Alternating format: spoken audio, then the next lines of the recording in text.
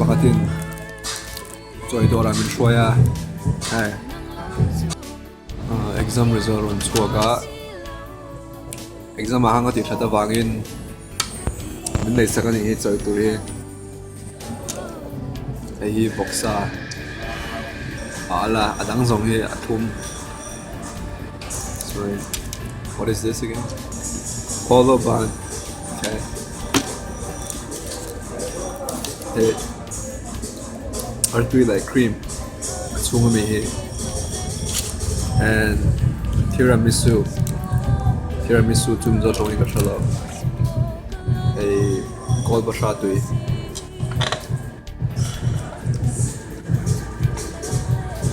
hello man tuna tanga dar kar nga hian zing sota kopon lama bong tal turin kalangaya Christmas bong tal turin chu kan bakalanga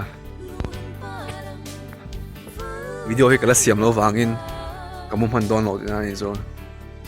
poi lo me tong ma lai lom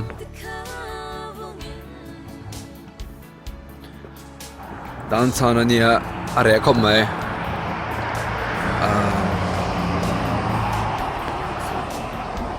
dar som pakhat you know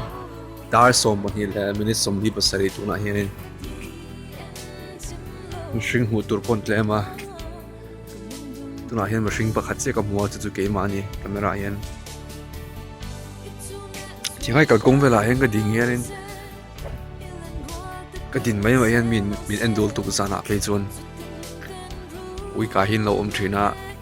tu mani sap train ka hian min en du zel min en dog zel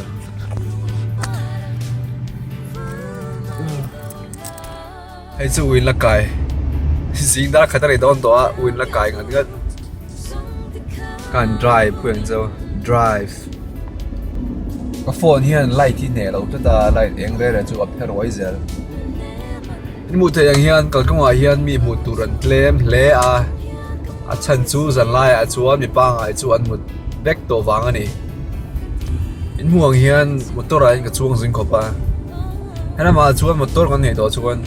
ke kal phak poi motor hian kal le thina motor hian min tit that che zo kong le la ma chuan in America ram chu a thatna lai kan ti don nge nuna all sam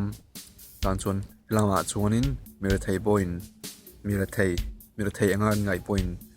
mamo bak chuan lei theya car an nei theya chuanin flat screen TV America ram mo po hi America ram la chu san lo tamzo kini wangin mun sang Asia demo thingtlang tak demo nun har sajia eta kan ni tina kan ne turanga kanin ngai hu anga kanin ngai til ho te midangin an nei lo ti an shel lo wang hianin mitam tagi chu an hliam do pha leiba ina mo thil lei theya choni se du to kin lei theya nan nei lo tan mo sokarin tikhan a chom boka chumi ni wang chuanin mishing mamo basic needs a chuanin America ram chu yang nar khum mai high om chun low om ngai video bakha da soi to ka a thawm chun chiao mai ti do khani